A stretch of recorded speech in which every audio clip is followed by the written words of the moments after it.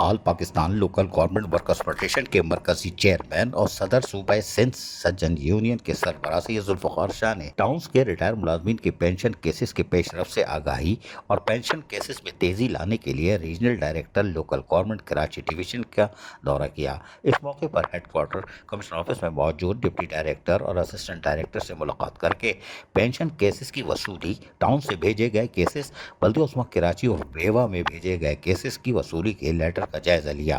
اور regional director کی کارکردگی کو سراہا۔ ریجنل ڈائریکٹر ہیڈ کوارٹر افسران کو ذوالفقار شاہ نے اکتوبر 2023 سے قبل کی فائلیں جمع نہ کرنے پر توہین عدالت کے نوٹس سے بھی آگاہ کرتے ہوئے کہا کہ لوکل گورنمنٹ اور بلدیہ عظمیٰ کراچی اور بیوا نے اکتوبر 2023 سے قبل ٹاؤنز کے ریٹائر ملازمین کے پینشن کیسز نہ لے کر توہین عدالت کی ہے، لہٰذا یہ کیسز فوری طور پر لے کر بلدیہ عظمیٰ کراچی اور بیوا کو بھیجے جائیں۔ انہوں نے ذوالفقار شاہ کے موقف کی تائید کرتے ہوئے کہا کہ اس سلسلے میں ٹاؤنز کو ہدایت جاری کر دی گئی ہے اور ہر ٹاؤنز سے ایک فوکل پرسن مقرر کر دیا گیا ہے، وہ ان کیسز کو اپنی ٹاؤنز سے لے کر local government regional director office کے توسط سے بلدیہ عظمیٰ کراچی اور بیوا میں کیسز جمع کروائیں گے۔ ریٹائر ملازمین کی شکایت کا ازالہ کیا جائے گا۔ ابھی تک 1300 سے زائد کیسز بلدیہ عظمیٰ کراچی اور بیوا میں داخل دفتر کروا دیے گئے ہیں اور وہاں انٹرنل آڈٹ میں کیسز کی اسکروٹنی کی جا رہی ہے۔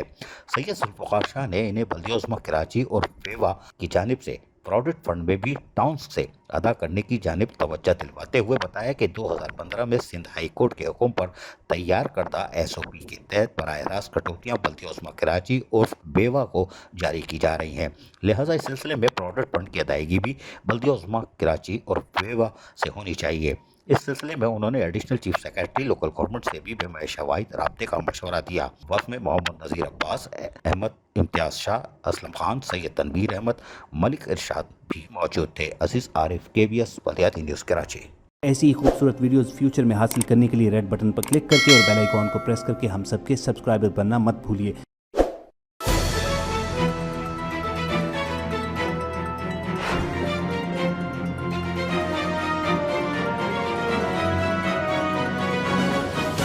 KBS بلدیاتی نیوز۔